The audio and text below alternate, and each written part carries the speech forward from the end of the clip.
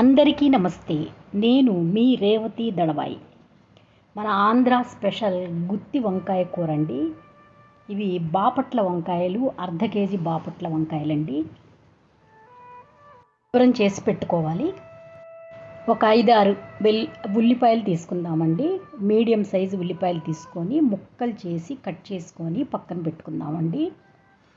ఈ ముక్కలన్నింటినీ కూడా అల్లం వెల్లుల్లి పేస్టు, ఉప్పు, కారము, ఉల్లిపాయ ముక్కలు వేసి మిక్సీలో వేసి మెత్తగా పేస్ట్ చేసి పెట్టుకుందాము. కొన్ని ఉల్లిపాయ ముక్కల్ని పక్కన వేరుగా తీసి పెట్టుకుందామండి. చాలా ఈజీ ప్రాసెస్ అండి. చాలా కమ్మగా, చాలా టేస్టీగా, చాలా ఈజీ మెథడ్ మీకు నేను చేసి చూపిస్తాను.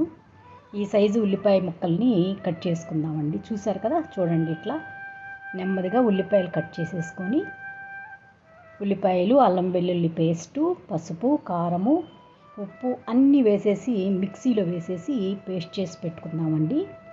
దాంతోపాటుగా కొద్దిగా ఉల్లిపాయ ముక్కల్ని గ్రేవీ కోసం అక్కడక్కడ ఉల్లిపాయ ముక్కలు తగులుతూ ఉంటే బాగుంటుందండి గ్రేవీలో. అందుకని కొన్ని ఉల్లిపాయలని పక్కన తీసి పెట్టుకుందాం. చూశారు కదా, ఇలా మిక్సీలో ఉల్లిపాయలు, 1 స్పూన్ ఉప్పు, 1 స్పూన్ కారము, 1 స్పూన్ అల్లం వెల్లుల్లి పేస్టు, కొద్దిగా పసుపు వేసుకొని ఇలా పేస్ట్ చేసుకొని పక్కన ఉంచుకుందామండి. మిక్సీలో మెత్తగా పేస్ట్ చేసేసుకొని పక్కన పెట్టుకొని ఉంచుకుందామండి. ఇలా వంకాయల్ని, పచ్చిమిరపకాయల్ని ఇలా శుభ్రం చేసుకొని ఒక ప్లేట్లో పక్కన తీసి పెట్టుకోవాలి. వీటిని 4 పక్షాలుగా కోసి రెడీ చేసి పెట్టుకుందామండి. అట్లాగే పేస్ట్ని కూడా పక్కన రెడీ చేసి పెట్టుకుందాం.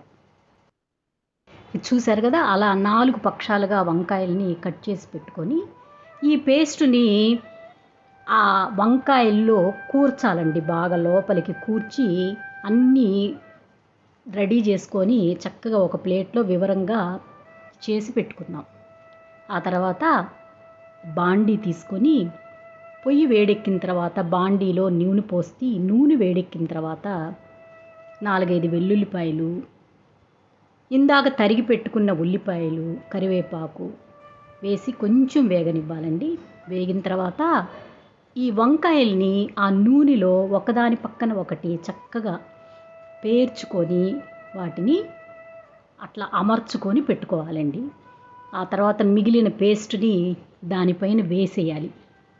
పచ్చిమిరపకాయలను కూడా దానిపైన వేయాలండి. వేసి మూత పెట్టేసి కొంచెం సేపు ఉడకనివ్వాలి.